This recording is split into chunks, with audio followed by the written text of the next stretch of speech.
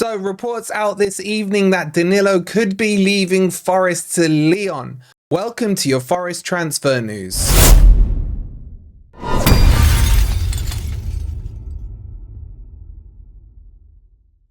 Good morning, good evening, or good night. Hope you guys are doing well, and welcome to your latest Forest transfer news. Coming up, I'm going to talk you through the reports out this evening about the potential of Danilo leaving Forest. We've also got some interesting news on Forest maybe being upgraded to the Europa League. This is kind of what we talked to you guys about a week and a half ago. This has further developed now. So if you're enjoying the content, please don't forget to hit that like button.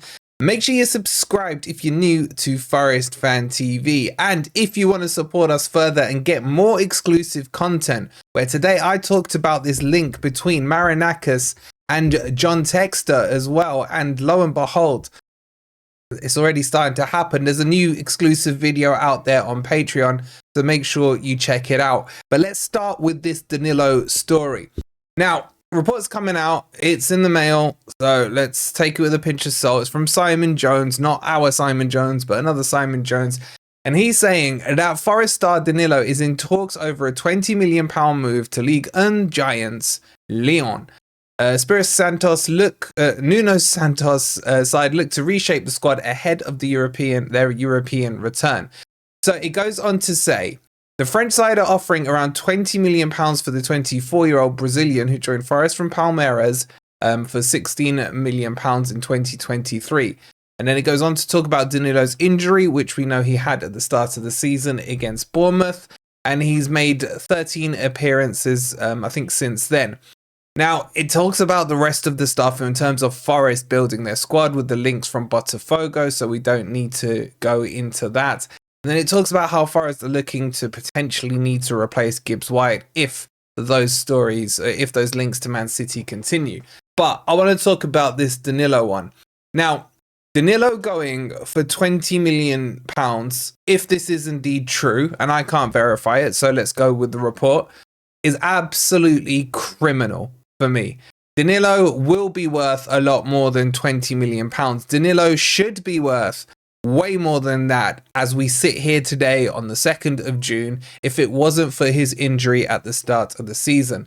Danilo has not become a bad football player in the last few months. Danilo still needs time to recover from that horrific injury, and after a pre-season, he is going to get a lot better for me and go back to some of the form that he previously had before his injury. Let's not forget, Nuno's starting 6 and 8 at the start of the season was Sangare and Danilo. I promise you, had those two been fit, I know Anderson emerged, but Forest would be in an even better position, I believe, than we are now. Now, I'm not saying Danilo's been amazing even before his injury, but I'm saying the potential is still very big in Danilo.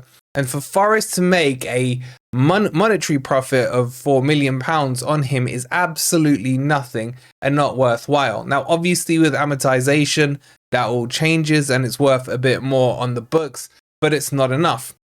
Now, why does this story worry me? It's because of who we are dealing with. And that's John Textor, the Crystal Palace owner, the Lyon owner, and the Botafogo owner. Now, as I said, I covered this in my Patreon video, but some of the prices we're getting from the Botafogo players are probably under market value. The prices Lyon paid to Forest last summer for the likes of Niakate and Mangala were way overpriced.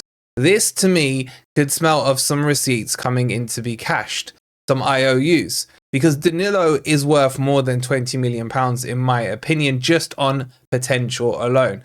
So I am 100% against this sale from my perspective. Now, I understand that people will judge him on his performances since he's come back from injury, and I get that. You don't get a long turnaround time in the Premier League. You have to be back on it on the ball. But I still tell you, just try and recover from your ankle being snapped, and then tell me how quickly you think you would recover. That, I remember doing the watch along for that game, and there was loads in the chat saying that's him done for the season. He ain't coming back until next pre-season or the start of next year. I remember saying to them, just be patient, we don't know what it is. And he came back way ahead of schedule for me. And it's good to see that he is mobile, he is able to play and be competitive, but he's nowhere near the player he was before the injury. And I'm not saying it's gone. I firmly believe with a preseason with some confidence, he will be back. So my stance is don't sell him. Would you guys get rid or not? I do understand if some of you see the disappointment in him, but look past the injury and let me know what you think in the comments down below. Right, let's move on and talk about the other story that's quite interesting. And this is about Crystal Palace potentially being booted out of the Europa League. Now, we brought this to you a couple of weeks ago, just after the season had finished.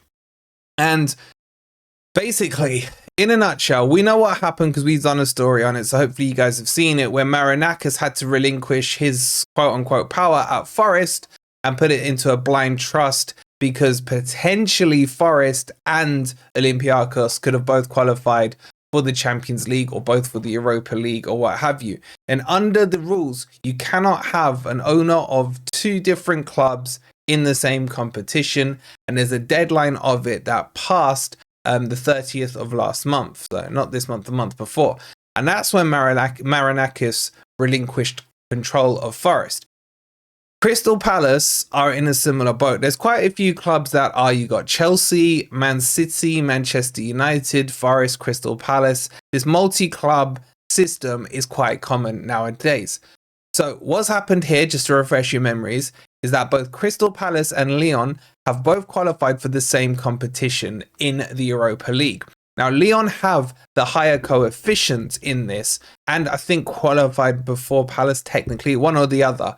But that gives them the priority in that competition. So with these rules effectively being broken, Crystal Palace will get booted down one tier of the competition into the Conference League.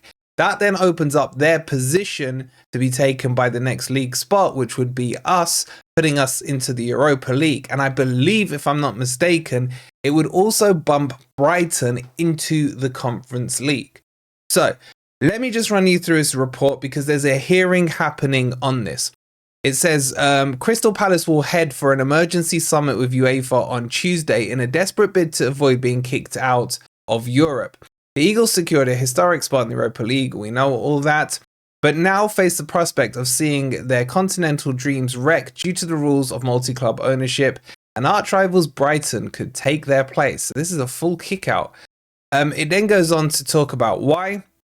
John Textor owns about 43% of Palace shares, but is also a majority holder of French club Lyon. I've explained all that to you guys.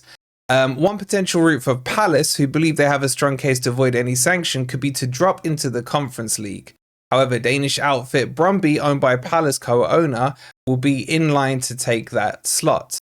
So it then goes on to say about how this impacts Forest, and let me just find it here for you. It is understood that they are confident they will be able to participate in the Europa League.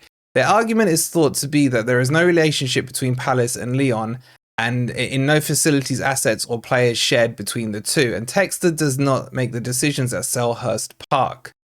So that's why they think they're going to fix up from it. Now, in terms of how it impacts Forest, it says, should Palace be denied, it would see Forest elevated to the Europa League, while old rivals Brighton would take their slots in the Europa Conference. So what this is actually saying is that Palace could miss out completely on Europe if this were to happen.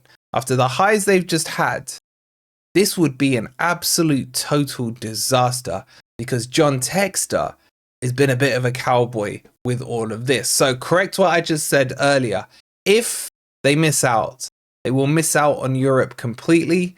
We get bumped up to Europa and Brighton go into the Conference League. How would you guys feel about that? Me personally, I think it's not fair on Palace, if I'm being honest with you. For me, Europa or Conference League, one and the same. It's not Champions League, basically, to me. So I'm not fussed either way. I probably think we got more chance of winning the Conference League than Europa. But it could attract bigger player names for us if this were to happen. But do I want it at the expense of someone who has technically earned it in a similar position to us, but they've missed their deadline due to whatever stupid reason they have? I don't know. I don't really stand on moral high grounds much, but I think this would be harsh on Palace. But the rules are the rules. Don't break them and you don't get this issue. So get your thoughts in on all of that down below. Okay, that brings you up to date with your latest Forest news. We will keep you posted about this decision on Palace's meeting as soon as we hear it. And if you haven't already, please don't forget to hit that like button. Make sure you're subscribed as well if you are new. And we will see you on the next video. Money Reds.